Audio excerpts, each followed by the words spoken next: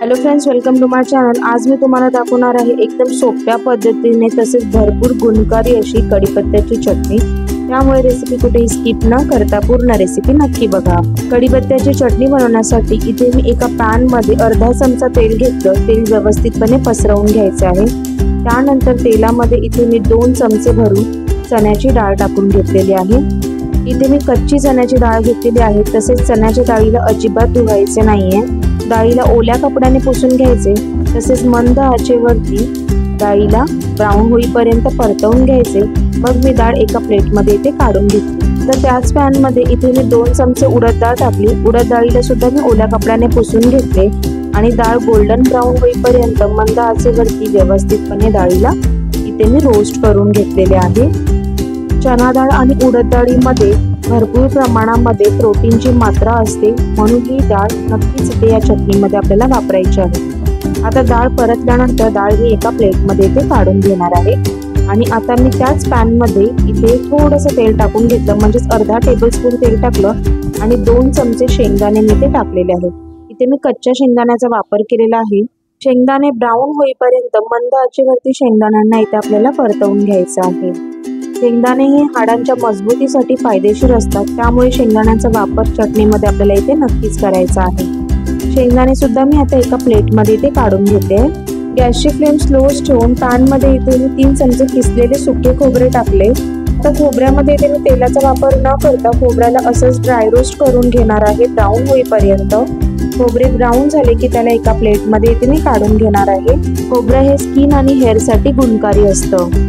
आता पॅन मध्ये इथे मी अर्धा चमचा तेल अजून टाकून घेणार आहे आणि 1 चमचा ह्याच्यामध्ये मी जिरा टाकून घेणार आहे। जिरा सोबत इथे मी लसणाच्या पाकळीचा पण वापर करणार आहे। तर मी इथे 5 लसणाच्या पाकळ्या घेतलेल्या आहेत। तुम्हाला जर का लसूण स्किप करायचं असेल तर करू शकता।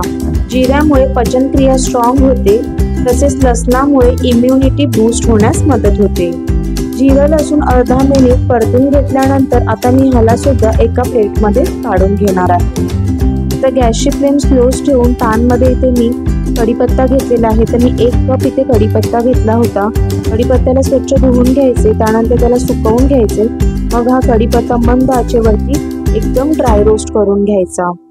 कढीपत्त्याचं सेवन केल्यामुळे केस गळती थांबते, केस मजबूत राहतात आणि सातत्याने कढीपत्त्याचे सेवन केल्यामुळे कोलेस्ट्रॉल तसेच डायबिटीज जे आहे ते कंट्रोलमध्ये राहतं। कढीपत्ता व्यवस्थित रोस्ट झालाय की नाही ते पाहण्यासाठी मी एक कढीपत्ता इथे तोडून बघितला, तर तो व्यवस्थितपणे तुटला गेला, क्रश झाला।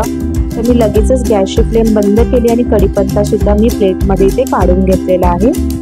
तर मी तुम्हाला पुन्हा एकदा इंग्रेडियंट्स दाखवून घेते। तर इथे मी 2 चमचे शेंगदाणे घेतलेले आहेत, 3 चमचे मी इथे सुकी खोबरे घेतले होते, 1 चमचा जिरा घेतलं होतं, त्याचबरोबर 5 मी लसणाच्या पाकळ्या, 1 वाटी भरून इथे मी कढीपत्ता घेतला होता, 2 चमचे चण्याची डाळ घेतलेली, 2 चमचे उडदाची डाळ घेतली होती। आता ह्या सर्व इंग्रेडियंट्सला मी थंड करून घेणार आहे। इंग्रेडियंट्स छान थंड झाल्यानंतर सर्व इंग्रेडियंट्स मी एका मिक्सरच्या भांड्यामध्ये टाकून घेतलेले आहेत। इथे आपल्याला मोठंच मिक्सरचं भांडं वापरायचं आहे, जेणेकरून आपली चटणी एकदम व्यवस्थितपणे वाटली जाणार आहे। हे इंग्रेडियंट्स टाकल्यानंतर लास्टला मी इथे कढीपत्ता टाकून घेणार आहे। पावडर मसाल्यांमध्ये इथे मी 1 चमचा एव्हरेस्टचा तिखा लाल मसाला घेतला, पाव चमचा घरचा साठवणीचा मसाला घेतला, 1 चमचा भरून धने पावडर, अर्धा चमचा आमचूर पावडर, अर्धा चमचा गूळ आणि चवीनुसार मीठ टाकून घेतले। म्हणजेच आपली चटणी जी आहे ती पूर्ण खट्टी मिठी आणि तिखा फ्लेवर मध्ये बनेल। आता सगळे इंग्रेडियंट्स मी मस्तपैकी वाटून घेतले आणि तुम्ही बघू शकता एकदम मस्त अशी ही चटणी इथे तयार झालेली आहे।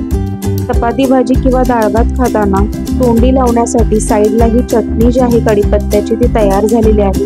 माझ्या पद्धतीने ही चटणी नक्की ट्राय करून बघा। रेसिपी आवडली असेल तर चॅनलला लाईक, शेअर आणि